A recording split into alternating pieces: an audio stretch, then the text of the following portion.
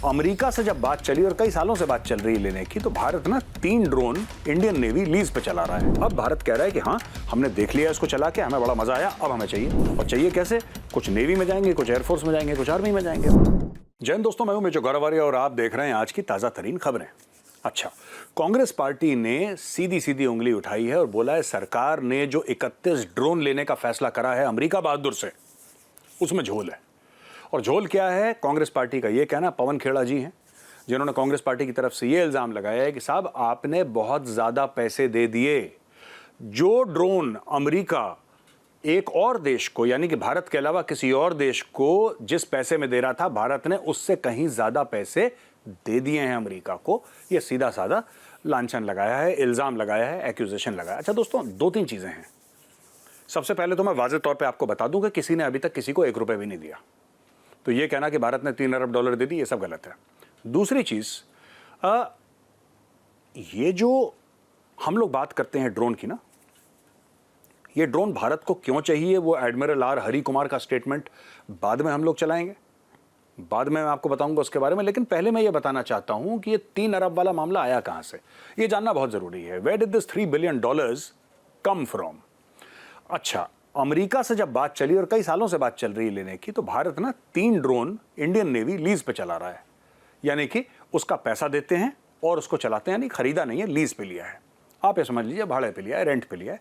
आसान शब्दों में समझा दूं मैं आपको। अब भारत कह रहा है कि हाँ, हमने देख लिया इसको चला के, हमें बड़ा मजा आया, अब हमें चाहिए। और चाहिए कैसे? कुछ नेवी में जाएंगे, कुछ एयरफोर्स में जाएंगे, कुछ आर्मी में जाएंगे। और ये आर्म ड्रोन्स हैं, हेलफायर मिसाइल्स हैं, ऊपर रिकॉनेसेंस कर सकती हैं, ऊपर से देख सकती हैं, फलाना। और जब इनको टारगेट टेकआउट करना है तो जमीन पर बैठे हुए आदमी ने लैपटॉप पे एक बटन दबाया, हेलफायर मिसाइल गई, घुसी और चीज बर्बाद। टारगेट मूविंग हो सकता है, यानी कि मोबाइल हो सकता है, इमोबाइल हो सकता है, बिल्डिंग हो सकती है, गाड़ी हो सकती है, कुछ भी हो सकता है। उसको 20, 30, 40, 50 हजार फुट हवा से ये उड़ा सकता है ड्रोन और वापस जा सकता है अपना मिशन करके। और कहते हैं कि 30, 35, 40 घंटे तक ऊपर ये बिल्कुल घूम सकता है, हवर कर सकता है। तो ये तो कुछ खासियतें हैं ड्रोन की। बहरहाल, ये जो $3 अरब का जो प्राइस टैग है ना दोस्तों, ये अमेरिका का प्राइस टैग है। अमेरिकन मीडिया में आ गया ये कि साहब ये 31 ड्रोन हैं, इनकी कीमत होगी 3 अरब।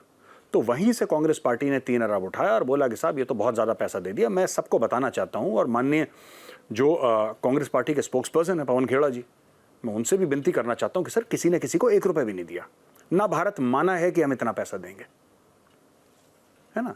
ये तो अमेरिका की बात है और अमेरिका का पूरा हक है। अमेरिका $3 अरब बोले, $30 अरब बोले, $300 अरब बोले, हम तो अमेरिका को नहीं रोक सकते। हम तो यही रोक सकते हैं कि हमारा जोर किस पे चलता है, कि हम कितना पैसा देंगे।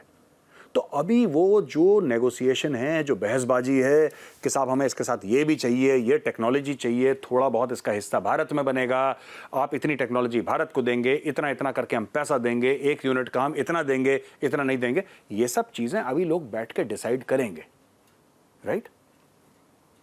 ये भी बोल दिया कांग्रेस पार्टी ने कि साहब राफेल में भी दान ली हुई थी। तो राफेल वाला मामला मैं बार बार आपको बोलना नहीं चाहता, क्योंकि इतना मीडिया में मैंने खुद ही इतनी बार डिस्कस करा है कि ये मेरे लिए बोरिंग हो चुका है। साफ सीधी बात है, सुप्रीम कोर्ट की जो जजमेंट है वो इसमें पड़ी हुई है। सुप्रीम कोर्ट ने जो अपने ऑब्जर्वेशंस दिए, rather than judgement I should say, Supreme Court के जो ऑब्जर्वेशंस हैं वो जाके आप पढ़ सकते हैं, इंटरनेट पर पढ़े हुए हैं।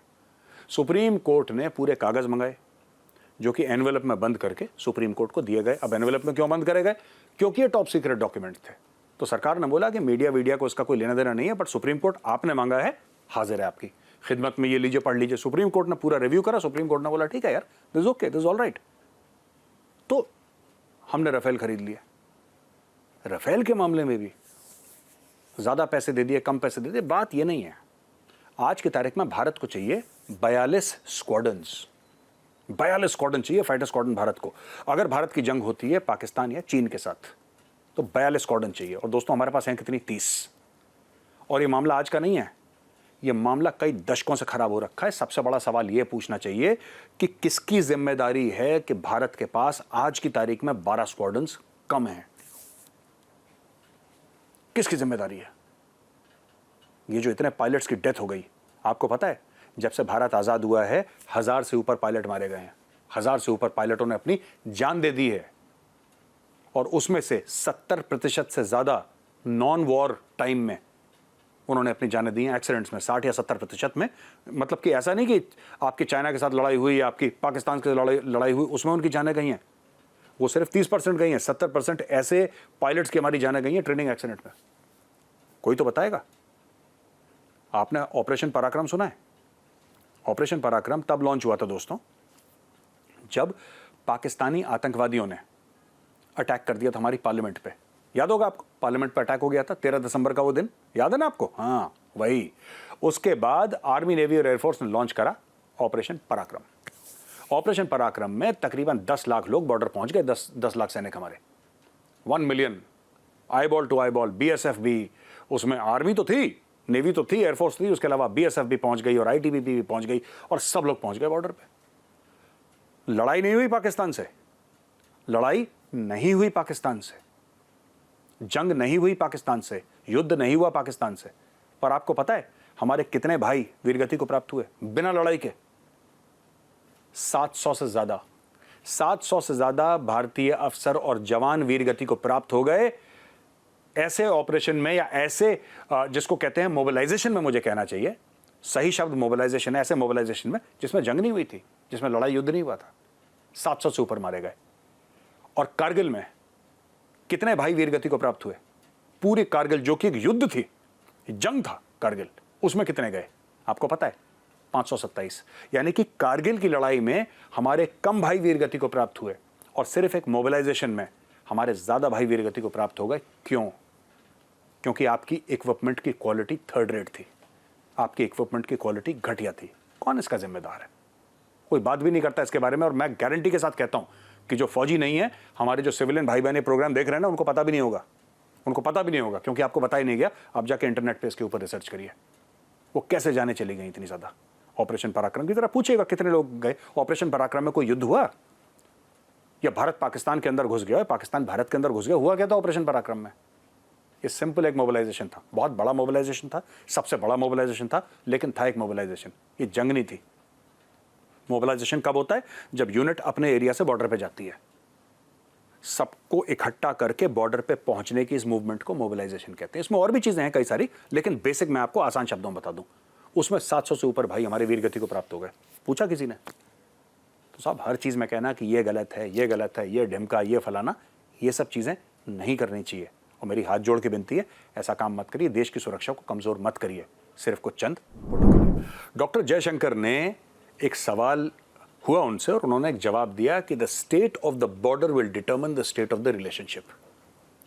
ये चाइना की ओर इशारा करके, यानी कि जो बॉर्डर का लाइन ऑफ एक्चुअल कंट्रोल की बात यहां पे हो रही है, लाइन ऑफ एक्चुअल कंट्रोल का जो उस समय स्टेटस होगा वही हमारा और चीन का स्टेटस होगा। यानी कि भारत के फॉरेन मिनिस्टर ने, विदेश मंत्री ने सीधा साधा चाइना के ऊपर बात रख दी कि भाई अगर आप चाहते हैं, क्योंकि चाइना कई बार ये कहता है कि हम चाहते हैं भारत का अच्छे रिश्ते हों, तो इन्होंने साफ सीधी बात कर दी कि देखो भाई, अगर आप चाहते हो भारत के साथ अच्छे रिश्ते हों तो लाइन ऑफ एक्चुअल कंट्रोल पे आपको मामले ठीक करने पड़ेंगे, वरना आपकी और हमारी बनेगी नहीं।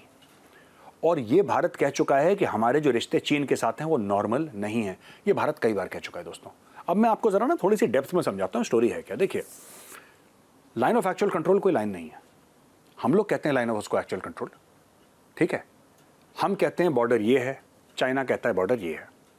तो line of actual control perceptual है और ये तकरीबन 3500-3600 किलोमीटर लंबी है दोस्तों। डॉक्टर जयशंकर साहब ने जो बात करी है ना, उसको समझना, उसका एक परिप्रेक्ष्य है, उसका एक कॉन्टेक्स्ट है। और कॉन्टेक्स्ट ये है कि line of actual control perceptual है। भारत कई दशकों से चीन से ये कह रहा है कि आप और हम बैठते हैं, कमेटी बनाते हैं और आपस में लेन देन करके खत्म करते हैं। जो जमीन आपकी वो आपकी, जो हमारी हमारी, इसको बना देते हैं इंटरनेशनल बॉर्डर। कोई ज़रूरत नहीं है -50 -40 में इतने फौजी वहाँ पे रखना। सब लोग परेशान होते हैं इससे, फालतू का खर्चा होता है। डेवलपमेंटल एक्टिविटीज़ में हम खर्चा करते हैं पैसा, स्कूल बनाए, अस्पताल बनाए, क्यों वहाँ पे फौजियों का रखना फालतू में। और जो हमारे मतभेद हैं, चलिए आइए आपस में बातचीत करके इसको सॉल्व कर देते हैं। लेकिन नहीं, चीन ने मना कर दिया। नीयत ख़राब है चीन की। अब चीन की नीयत क्यों ख़राब है दोस्तों, मैं आपको बताता हूँ। अरुणाचल को भी चीन साउथ टिबेट बोलेगा, यानी कि हमारा इलाका है। सिक्किम पे भी नज़र है उसकी नज़र लद्दाख पे भी है, उसकी नज़र कुछ एरियाज जो हिमाचल के हैं उस पर भी है, और उसकी नज़र उत्तराखंड के कुछ एरियाज हैं वहाँ पे भी है, क्योंकि इन पूरे एरियाज को वो साउथ ऑफ टिबेट मानता है। अब वो जो भी माने, चाइना की एक स्ट्रैटेजी है, पाम एंड 5 फिंगर्स। ये जो हथेली है ना मेरी, और आप देख रहे हैं 5 उंगलियां, पाम एंड 5 फिंगर्स, ये पाम क्या है दोस्तों? ये जो हथेली है ये क्या है? ये है तिब्बत। ये हथेली है तिब्बत।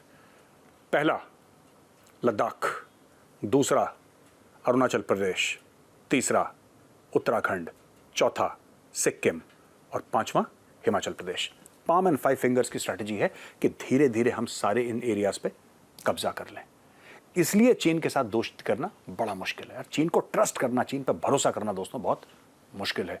इसलिए चीन मानने को तैयार नहीं है। इसलिए बार बार भारत कहता है कि आओ बैठ के बात करते हैं, इंटरनेशनल बॉर्डर बनाते हैं। बार बार चीन ये कहता है कि नहीं, हम ये नहीं मानेंगे, क्योंकि चीन की नज़र कहीं और है। चीन की नज़र हमारी ज़मीन पे दोस्तों। और यही बात जो डॉक्टर जयशंकर साहब हैं उन्होंने बोली कि the state of the border will determine the state of the relationship. आप हमसे चाहते हैं ना बढ़िया रिश्ते रखना, तो आप ये सब जो ड्रामा कर रहे हैं आप लाइन ऑफ एक्चुअल कंट्रोल पे, ये सब ड्रामा बंद करिए आप।